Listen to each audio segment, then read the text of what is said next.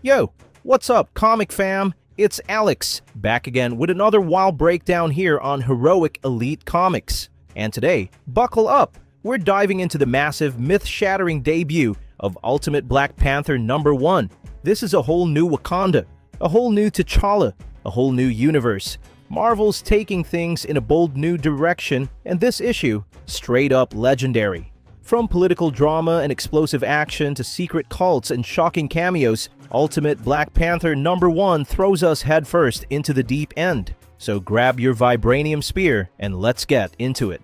The story opens in West Africa, and immediately we see the consequences of unchecked power. A peaceful village is reduced to ashes, burning huts, lifeless bodies, the kind of devastation that makes your stomach drop. The attackers?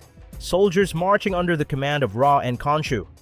Now here's the kicker. In this ultimate universe, Ra and Khonshu aren't actual gods, like you might expect from Egyptian or African mythology. Nah, these are human beings who've assumed godlike titles. Powerful warlords operating under the banner of something greater, manipulating fear and superstition to control the continent. We also get introduced to two Wakandan spies, watching the carnage from the shadows. These agents aren't just on a recon mission, they're carrying the burden of a nation's future on their shoulders. And the line one of them drops. Soon, Ra and Khonshu will know the justice of Wakanda. That's how you set the tone. But this isn't just about brute force. Ra and Khonshu are backed by a shadowy inner circle, a council that stretches far beyond Africa. We're talking global influence. It's a silent war for control of civilization itself. Enter King T'Challa, ruler of Wakanda, and already this version feels different. More grounded, more modern, but no less regal. He's not the lone warrior we usually see. Here, he rules alongside Queen Io. And yes, that's the same Io from the Dora Milaje in the main Marvel universe. But in this timeline, she's his wife, his equal, and a major political force. Their relationship is complex, shaped by a tug-of-war between tradition and change. Wakandan customs forbid the king and queen from sharing a bedroom. Yeah, seriously. But T'Challa's not down with all that. He believes a king should live with his queen. He's clearly pushing for a more modern Wakanda, but he's playing the long game. You feel the tension. He loves his people, but he also sees the flaws in their old ways. And that's what makes this version of T'Challa so compelling. He's not trying to tear down Wakanda's past, but he is trying to evolve it. In a major twist from the main universe, T'Chaka is still alive in this story, serving as a spiritual advisor and political elder to his son. But just because he's not on the throne doesn't mean he's quiet. T'Chaka represents old Wakanda, the mysticism, the reliance on gods, the strict codes of honor. He believes in the ancestral visions haunting T'Challa's dreams, thinking they're messages from the divine. But T'Challa, he's not buying it. He says, if gods are speaking, they should be clearer. Classic skeptical king energy. He wants reason, evidence, logic, not omens. Their conversation ends on an uneasy note. T'Chaka warns him not to stray too far from tradition. T'Challa, in turn, promises not to be ruled by fear. It's a generational showdown, and it's clear that this father-son dynamic is gonna play a big role going forward. Next, T'Challa pays a visit to the Voodoo Khan, Wakanda's ancient priesthood, guardians of the gods, keepers of traditions that go back thousands of years. Their leader, Matron Imala, is no joke. She's eerie, wise, and a little terrifying. The entire council speaks in cryptic language, warnings of doom, signs in dreams, spirits awakening. T'Challa tries to hold his own, keeping things diplomatic, but it's clear he's uncomfortable here. They're talking about gods being angry, vengeance coming, and they say Moon Knight is involved. Now that name drops like a bomb. Moon Knight in Wakanda? What the heck is going on? Imala tells him they'll remain loyal, but they're watching. We will be your eyes in the dark, she says, but the message is clear. Don't ignore the old ways, or Wakanda could pay the price. The Wakandan spies return with their intel. Ra and Khonshu aren't just spreading violence. They're enslaving, brainwashing, and recruiting.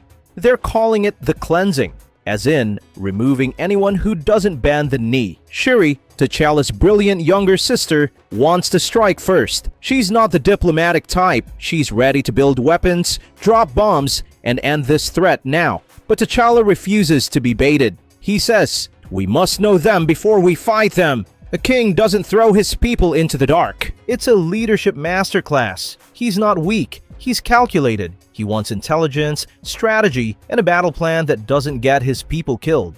But Shuri's anger simmers. She's tired of waiting, and you can tell she's gonna take matters into her own hands soon. We then shift to Ebony, general of the Dora Milaje, who's meeting with Shuri behind closed doors. Ebony respects the throne, but the Dora are warriors first, and right now, they want blood. She tells Shuri, "Your brother stalls, but war waits for no man. If the king will not act, maybe the princess will."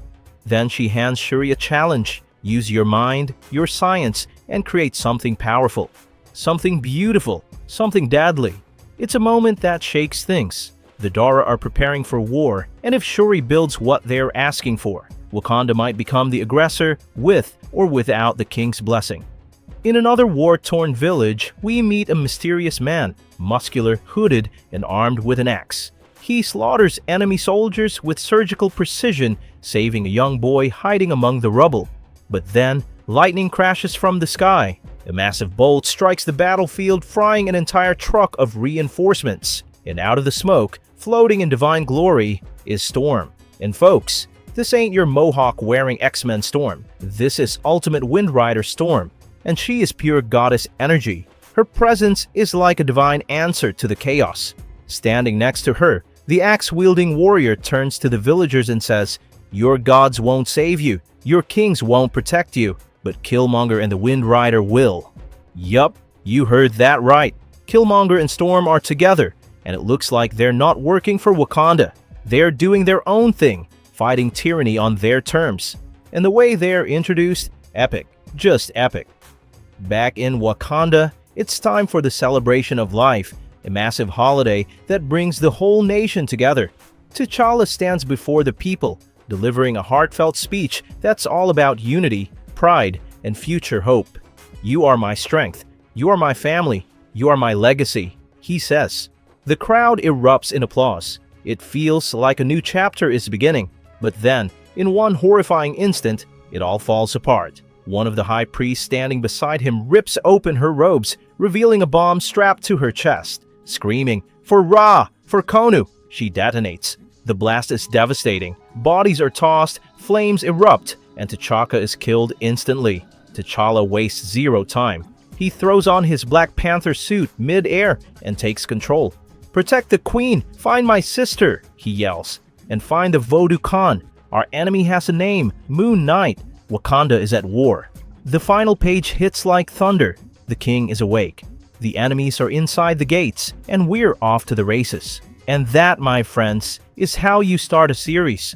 Ultimate Black Panther #1 doesn't just reintroduce Wakanda, it redefines it, from secret cults and rebel heroes to family betrayals and ancient gods. This comic is laying the groundwork for an all-out war for the soul of Africa. You've got a modern king, a restless princess, a secretive priesthood, Storm and Killmonger playing wild cards, and a villain operating under the name Moon Knight. This book is doing things no Black Panther story ever has before.